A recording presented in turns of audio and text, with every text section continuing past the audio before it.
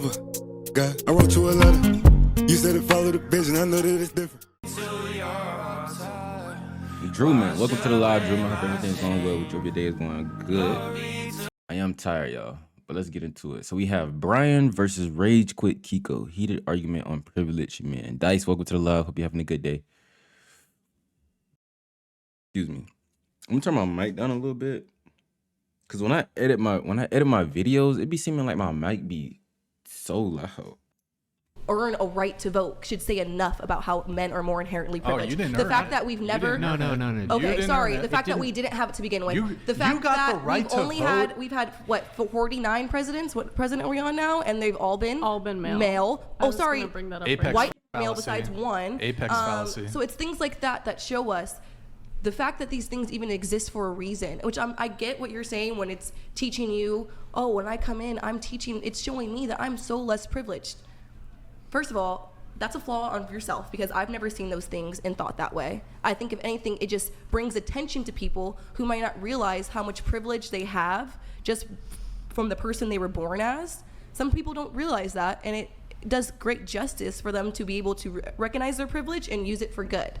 So it's not supposed to show people, oh, if you're black or a woman or gay, then you're just less privileged and you're screwed. Stay hydrated. I don't know if we can reference history as an example for this. Why not? But what about today? Why can we not reference history? Because even still now... I'll even engage... Wait, let me come in. I will even engage with you guys historically. I'm prepared to say that actually, even historically, men had it worse than women. Agreed. And if you want to look at the apex, you want to look at the 1% of men who had power, fine. You want to look at the less than 1% of men who had power, cool. That's not about men and women. That's about who had power. If we're looking at the... That's true, because she's saying all these presidents been men. But like, how many presidents we had? 40, like we had over 40 presidents. We had over 40 presidents out of the billions of men. And when I say men are privileged, because 40 men out of billions was president. Vast majority of men, the vast majority of women. I'm prepared to sit here and say, historically, I don't care how far back you want to go, men have always had it worse.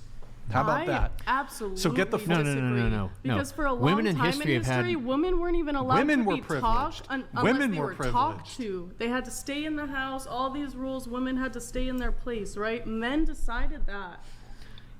It's like that joke, okay, you know? Okay. But how does she know, like, you know what I'm saying? Like, how does she know that all the women back then was not okay with that? Like, you don't know that all those women back then were not okay with that. They probably just felt like this what they supposed to do. They probably grew up seeing their parents doing it and was like, all right, this is what I'm supposed to do. So like, you can't project how you feel on the way other people felt back then when you really don't even know, for real. Now women want to. You can phrase it as poorly as you want to. Well, yeah. But no, absolutely. Hold on, let Mason speak. Go ahead. Historically, okay, hold up. No, if we're talking historically, women didn't actually want the right to vote. You talk about it now, well, because they ready to master League of Legends. Get everything you need. Understood the privileged position they were in. A man provided for them to live, provided a place for them to raise a family. All they had to do was take care of the home, raise children, and they found that an extremely true. Well, that's just for most of history. I feel like if that were true, women would not have ganged together to fight for rights like that. Oh, that's not true though. Privileged, extremely wealthy white men like pushed for women to have the right to vote. And what does so that they tell would be you in the that if men don't want it, we can't have it? Thank you. Like what? No, because women didn't want it. It's only this recent phenomenon. But the reason why it was able for us to get it is because white men wanted us to have it, so we got it. So what does that say? Well, white men dictate. Because they're taking, because they can take advantage of this. There was a different motive than them just wanting women to vote behind them pushing women to vote. Because then all of a sudden, if they start, I'm just saying it only happened because a white man wanted it to. I'm prepared to make historical arguments We can go back. Yes, Let's go back to I the guess. 1910s when women didn't have the right to vote. Let's laser in. And we were segregated and a bunch of other stuff. Let's go back to the 1910s. So women got the right to vote in 1918, I believe, or was it ratified in 1920? My years might be slightly off there. So, would you prefer to be an 18-year-old man or an 18-year-old woman in 1914? 18-year-old man. Really? Yeah. That's interesting because you know what else happened in Why did I think that was heavier than what it was? I was like, dang, somebody finna get bopped in the head. God. Did the popcorn spill again?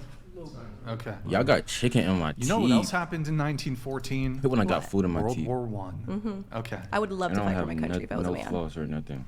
That's. I'm literally a criminology and criminal justice major who's going to fight You probably realize- for my counties and serve them. So I think, yes, as World a War man, I would One- want to serve my country. It's not a privilege to fight in war. It's not. I understand you're not saying it's a privilege to fight in war, Yeah. but it's also something that us in our society we have no grasp over. I don't have a grasp over it. I've never fought in war. I've never seen it. I mean, the closest thing I can say I've seen a dead body, and it's not exactly the same thing you would assume it would be. It's a very different experience. But people who have come back from war, they know it's an extremely unprivileged position to have to fight, to have to go do that, and then especially in their case in 1914, especially when they come back with PTSD and you know what I'm saying, they lost their friends, like, bruh, that is really not a privilege. That's really a bad point. I mean, yeah, you want to fight for your country, but that's not so much as a privilege of being a man or woman. You feel me? Because either way, it would have to be done with whether or not you are a man or woman. forced to do so. I would find it extremely difficult to say that in 1914 I would be more privileged to be a man than a woman. Now, I'm not saying I wouldn't go do it, and I wouldn't go do it gladly to protect my country. 100%, I would do that, but it wouldn't be a privileged position. What happened to free will? What do you mean free will? All this privilege talk and everything. We live in America, the land of opportunity. Like, what happened It's really to free, hard to have free a will? good opportunity when, say, you're born from a crackhead. I mean, Bro, that born into, because I think she's just trying to say if you born into privilege, you're privileged. If you was born otherwise, that's not like, you know what I'm saying, that's not a point. Because there's plenty of people who were born from crackheads, born in poverty, born in war, and they're more successful than people who wasn't. They're more successful than me, and they're more successful than me, and I wasn't born poor or in poverty or single family home or, you know, abusive parents. Like, I was born into a pretty normal family, you know what I'm saying? Like, I didn't get what I wanted all the time, but that doesn't mean I'm not privileged. It's just my parents didn't want to spoil me. They didn't want me to be spoiled. Like, you're what you make yourself, not your family, not your friends, not your environment. You feel me? You make of what yourself. You make. I lost my words.